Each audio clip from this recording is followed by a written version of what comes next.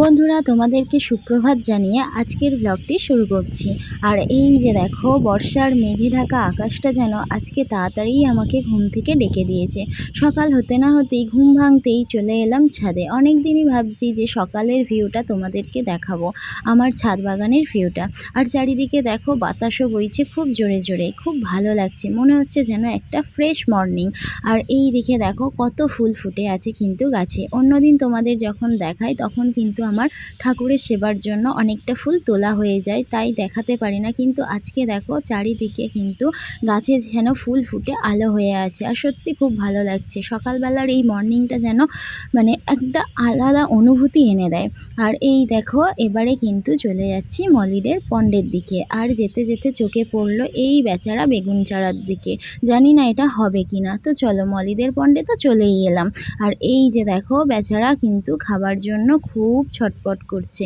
আরে ওদেরকে তো খেতে দিতেই হবে, তো দাঁড়াও। আর এই দিকে দেখো, গোল্ড ফিশটাও কিন্তু চলে এসেছে, ভাবছে কি আমাদের খেতে দেবে এবারে। আর যেই না দেখছি ওদেরকে, তারপরে তো আমি অবাক হয়ে গেলাম, আমার মলিদের বাচ্চা হয়েছে। এটা তো খুবই আনন্দের কথা। জানি না আজকে সকালটা কার মুখ দেখে উঠেছিলাম। তো দেখো, সত্যি এটা খুবই একটা আনন্দের বিষয়। তো চলো, আর তো বেশি দেরি করা যাবে না, কারণ আমি শুনেছি মলিরা নাকি ওদের বাচ্চাদের আবার খেয়েও নেয়। কারণ এর আগে তো কখনো আমি এই জিনিসটা করিনি না, তো সেহেতু আমার পক্ষে তো জানাটা সম্ভব নয়। তাই তাড়াহুড়ো করে আর বেশি দেরি না করে নিচে গিয়ে একটা বোল নিয়ে এলাম, আর এই রকম একটা জাল নিয়ে এলাম এই মাছগুলো মানে মলির বাচ্চাগুলোকে তোলার জন্য। তো অনেক চেষ্টা করছি, কারণ একটু একটু ভয়ও লাগছে, কারণ বাচ্চাগুলো একদমই খুদে হয়ে আছে। তো ভাবছি কি যদি ওদের কোনো বিপদ হতে পারে, বা আমার এই জালের আঘাতে ওরা যদি অসুবিধায় পড়তে পারে, সেই ভয় করে কিন্তু আমি সমস্ত মলিদের যে বাচ্চাগুলো হয়েছিল সেগুলোকে কিন্তু এইভাবে জাল দিয়ে ছেঁকে ছেঁকে কিন্তু বোলের মধ্যে রেখে দিলাম। আর এটা মানে খুবই ভালো আর খুবই আনন্দের বিষয় যে সত্যি বেশি দিন হয়নি মলিগুলো আমার কাছে এসেছে, জাস্ট 2-4 দিন হবে, তার মধ্যেই কিন্তু মলিরা বাচ্চা দিয়ে দিয়েছে। এটাই অনেক আনন্দের কথা। তো চলো, এইভাবে সমস্ত যে মলির বাচ্চাগুলো আছে সব কটাই কিন্তু আমি তুলে নেব। জানি না কটা হয়েছে আর কখনই বা হয়েছে, মনে হচ্ছে রাতের দিকেই হয়েছিল।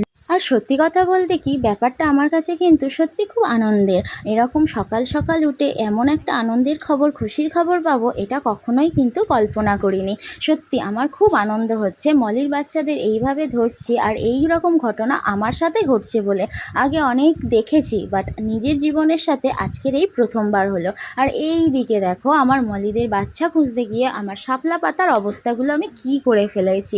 আসলে করবো নাই বা কেন বলো, সব মলির বাচ্চাগুলো কিন্তু ওই শাপলা পাতার নিচে উপরে এইরমভাবেই ছিল, তাই একটু পাতাগুলো অগোছালো হয়ে গেছিলো। তাই আর দেরি না করে তাড়াতাড়ি আবার সেগুলো একটু গুছিয়ে আগের অবস্থায় নিয়ে আসলাম। আর এই দিকে দেখো, মলিরা কিন্তু খাওয়ার জন্য ভীষণ ছটপট করছে। আরে ওদেরকে তো খেতে দিতে গিয়েই আমার এই রকম ঘটনাটা ঘটলো, তাই ওদেরকে আর খেতে দেওয়া হলো না। মলির বাচ্চাগুলোকে কিন্তু তাড়াতাড়ি করে আগে সাইড করে নিলাম, কারণ শুনেছি ওরা নাকি বাচ্চাদেরকে খেয়ে নেয়। তাই চলো, এবারে কিন্তু ওদেরকে খেতে দিতেই হবে, কারণ ওরা ভীষণ ছটপট করছে। তো মলির বাচ্চাদের তখন দেখি কটা বাচ্চা হয়েছে, আর তার আগে মহামলিদের কিন্তু একটু খেতে দেওয়া যাক। ওদেরকে খেতে দিয়ে তারপরে আমি তোমাদেরকে দেখাচ্ছি আমার মলিরা কতগুলো বাচ্চা দিয়েছে। আর এই যে দেখো, মলির বাচ্চাদের কিন্তু নিয়ে চলে এসেছি। তোমরা হয়তো গুনতে পারছো না, আমি তোমাদেরকে বলছি এখানে মোট 12টা বাচ্চা আছে। তোমরা একটু ভালো করে লক্ষ্য করলে ঠিক বুঝতে পারবে, এখানে 12টা বাচ্চা আছে। মলিরা কিন্তু 12টা বাচ্চা দিয়েছে। আর বাচ্চাগুলো যেহেতু এখন ছোট ছোট, আর এই যে কাঁচের বোলের নিচে মানে আমি এমন জায়গায় রেখেছি, তাই তোমাদের একটু গুনে দেখতে অসুবিধেই হবে, তাই আমি নিজে থেকেই বললাম এখানে কটা বাচ্চা হয়েছে। তো চলো, মলির বাচ্চাদেরকে ততক্ষণ একটু টেক কেয়ার করি, আর তোমরা ততক্ষণ তাড়াতাড়ি করে আমার ভিডিওতে লাইক করে দাও। আর তোমরা যদি জেনে থাকো যে মলির বাচ্চাদের কী খেতে দেওয়া যেতে পারে, অবশ্যই কিন্তু আমাকে বলো। তো চলো, আমার মলির বাচ্চাদের আমি আলাদা তো করেই ফেলেছি, এবার ওদেরকে একটু যত্ন নিয়ে নিই। আর দেখা হচ্ছে নেক্সট ভিডিওতে। টাটা।